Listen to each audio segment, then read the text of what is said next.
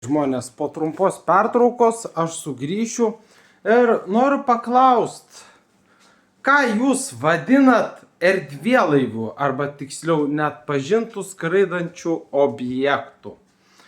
Tai va, ką aš jums galiu pasakyti, žinai, ką aš jums galiu pasakyti. Vis tik žinokit, kažkuriam iš ankstesnių gyvenimų aš prisimenu, kad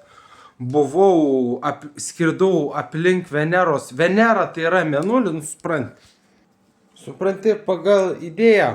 Tai va, Žemė yra Jupiteris, Venera palydovas, mėnulis.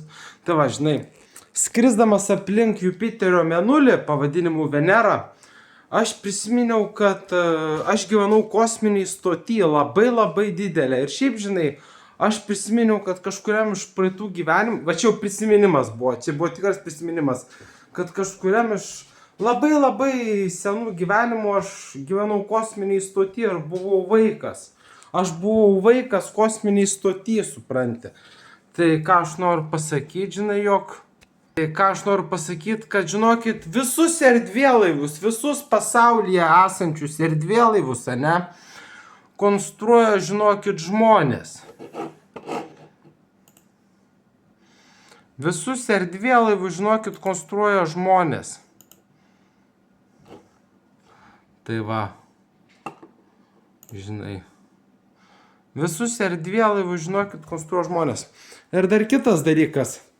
Ten, žodžiu, buvo tokia chebra, susirinko prie katedros chebra, žinai, išsitraukė žibintuvėlius. Ir, žodžiu, vienas ten žmogus, buvo chebra, draugai, ir vienas sako, davai, sako, einam kitur. Jie ėjo paskui, ten buvo turas, žodžiu, juos vedėsi gidas ir jie pabėgo nuo to gido, nes ten labai dideli požemiai. Katedroj labai dideli požemiai. Jie pabėgo nuo to gido, klaidžiojo su šitais prožektoriais ir rado duris. O už tų durų, spėkit, už tų durų prie katedros, jie rado va štai ką, supranti. Čia yra katedros požemyje, čia jie rado katedros požemyje tokį diską, supranti. Jie katedros požemyje rado tokį diską.